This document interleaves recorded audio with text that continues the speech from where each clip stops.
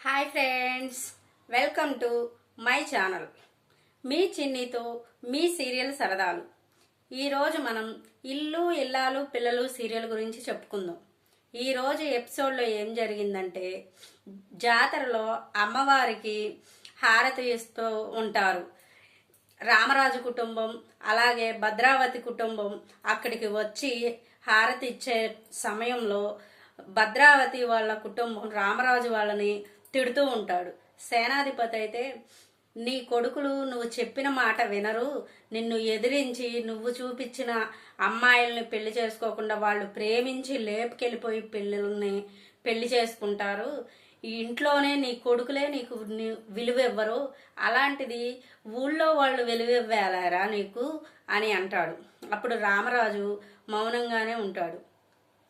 అయినా మీ బాబుకి విలువ ఇవ్వడం ఏంట్రా, మీ బాబుకి ఉన్న బుద్ధులే మీకు కూడా ఉన్నాయి. మీ బాబు కూడా ఒకప్పుడు అలాగే చేశాడు. మా ఇంట్లో తిని మా ఇంట్లో ఉంటూ మా ఇంటి ఆడపిల్లని లేపుకెళ్ళిపోయి పెళ్లి చేసుకున్నారు. మీ బాబు అంతే, మీరు అంతే. మీరేమైనా తక్కువ? మీరు కూడా ఇద్దరూ అలాగే చేశారు. ఒక్కడైనా సరే మామూలుగా మీ నాన్న చెప్పిన సంబంధం చూసి చేసుకుంటారేమో అనుకున్నాను. అలాగా ఏమీ జరిగేలా లేదు. వాడికి ఇంటి పేరు కూడా లేదు మీ నాన్నకి అని భద్రావతి అంటుంది. అలాంటి వాళ్లకు ఎవరు పిల్లల్ని ఇస్తారు, ఇంటి పేరు లేనోడికి అని భద్రావతి అనగానే బుజ్జమ్మ ఇక ఆపండి అని గట్టిగా అరుస్తుంది. ఇక మీ నోటికి వచ్చిన మాటలు ఆపండి, మీ ఇష్టం వచ్చినట్టు మాట్లాడొద్దు అని అంటే, నువ్వెవరివే మాట్లాడడానికి అని అంటుంది భద్రావతి.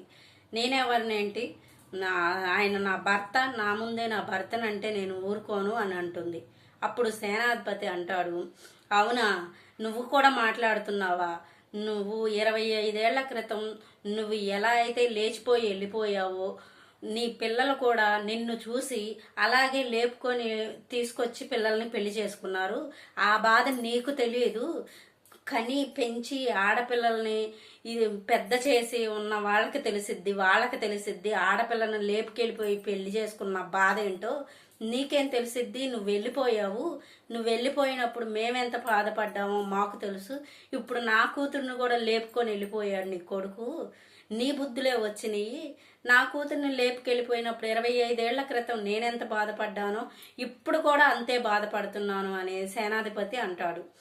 అప్పుడు బుజ్జమ్మ ఏం మాట్లాడకుండా మౌనంగా ఉండిపోతుంది. అయినా నువ్వు హారతి ఇవ్వడం ఏంట్రా అని అంటుంది. అప్పుడు ఇక వీళ్ళందరూ చందు అయితే, మీరు మీ ఇష్టం వచ్చినట్టు మాట్లాడమాకండి, మీరు ఎందుకు అలా మాట్లాడుతున్నారు అని అంటాడు.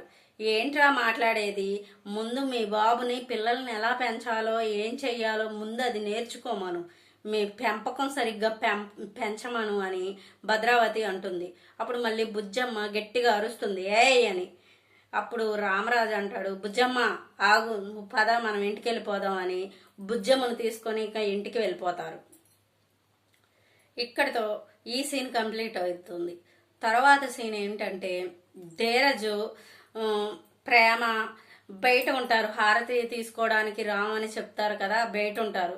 ధీరజు నడుచుకుంటూ వెళ్తూ ఉంటాడు బయటికి. ప్రేమ దూరంగా ఉండి చూస్తూ ఉంటుంది. ధీరజ్ అని పిలవబోతుంది. పిలుస్తూ ఉండగా మళ్ళీ పిలవకుండా అలాగే ఉండిపోతుంది. ధీరజ్ వెనకమాల 5-6 రౌడీలు ఉంటారు. ఏంటి వీళ్ళెవరు ధీరజ్ వెనకమాల ఉన్నారు అని మనసులో అనుకుంటుంది. ఏమోలే మామూలుగా నడుచుకుంటూ వెళ్తున్నారేమోలే అని మళ్ళీ అనుకుంటుంది.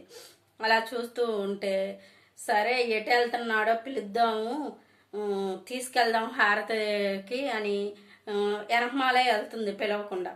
అలా వెళ్తూ ఉంటే ఇలా సందులో తిరుగుతారు. ఇంక తర్వాత కనిపించరు. ప్రేమకి కనిపించడు ధీరజు.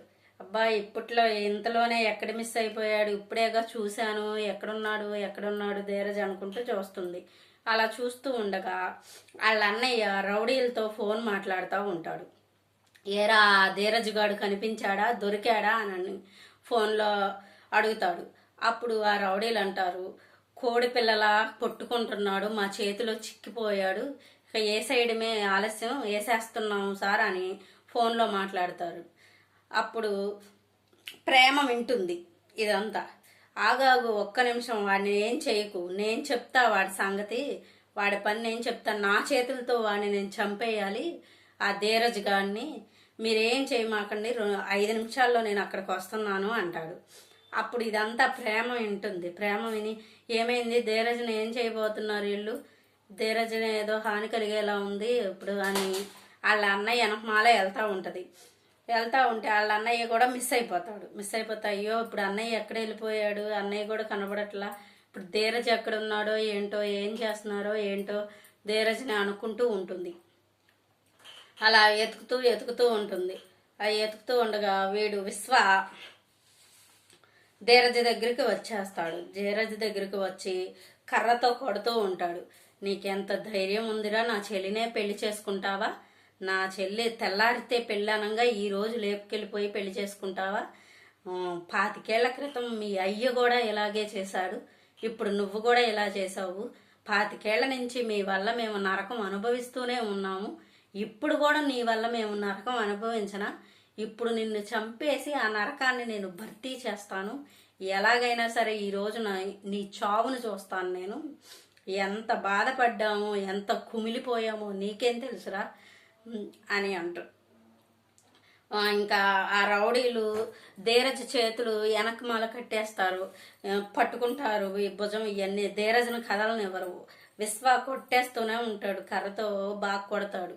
ఈలోపు ప్రేమ ఎతుకుతూ ఉంటుంది. ప్రేమ ఎతుకుతుంటే ధీరజ్ కనపడ్డు. అప్పుడు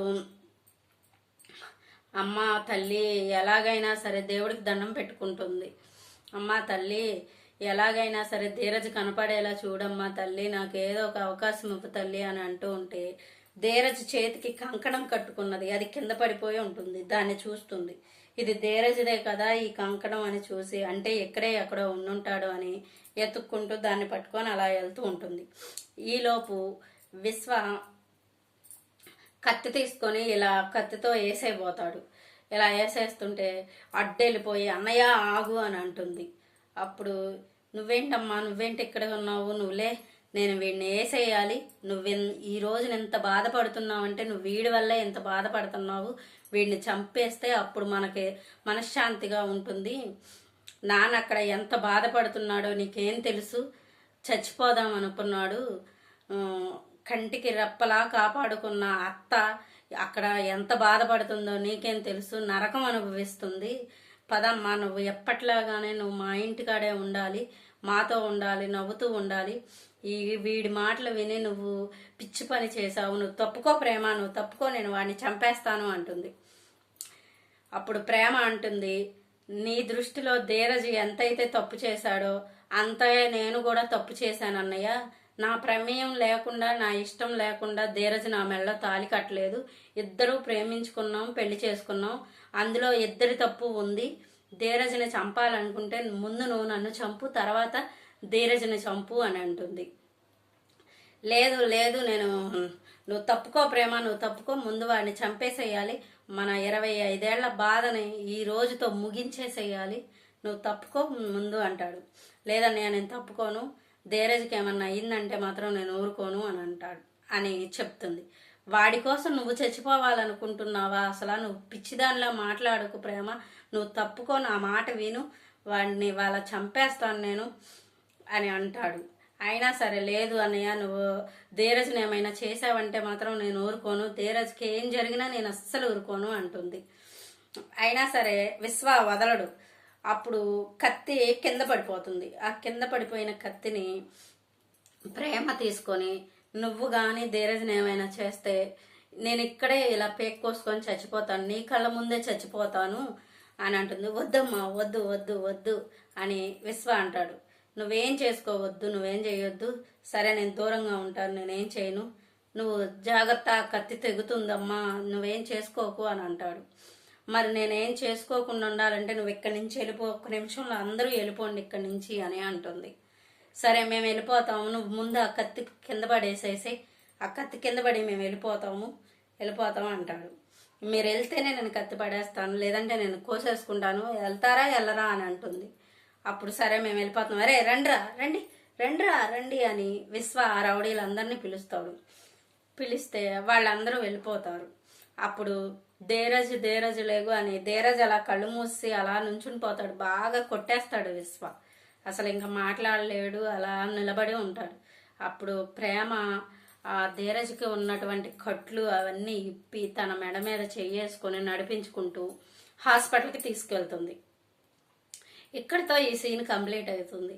తర్వాత సీన్ ఏంటంటే రామరాజు వాళ్ళ ఇంటికాడ వాళ్ళ కుటుంబం మొత్తం ధీరజు ప్రేమ రాలేదని ఎదురు చూస్తూ ఉంటారు. రామరాజు ఉయ్యాలలో కూర్చొని కోపంగా ఉంటాడు. మిగతా అందరూ కూడా టెన్షన్గా ఈవిడ ఎక్కడికి వెళ్ళిపోయాడు ధీరజ్ అనుకుంటూ ఉంటారు, ఎదురు చూస్తూ ఉంటారు. అప్పుడు బుజ్జమ్మ, ఏరా ఫోన్ చేయరా వాడికి, ఫోన్ చేయనంటే అలాగేనమ్మా అంటాడు చందు. ఫోన్ చేస్తాడు. అమ్మ ఎత్తట్లేదమ్మా, ఫోన్ రింగ్ అవుతుంది కానీ అని పెద్దోడు అంటాడు.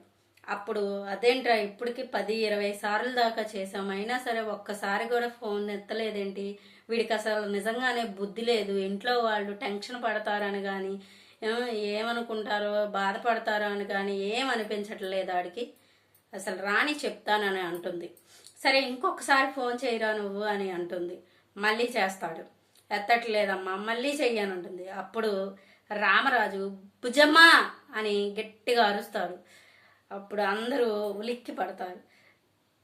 అప్పుడు బుజ్జమ్మ అంటుంది, రామరామ రామరామ ఎందుకండి అంత గట్టిగా అరుస్తారు, నేను ఇక్కడే కదా ఉన్నాను, ఎందుకంత అరుస్తారు, ఒక్కసారిగా ఉలిక్కి పడ్డాను తెలుసా మీ అరుపులకి అని అంటుంది.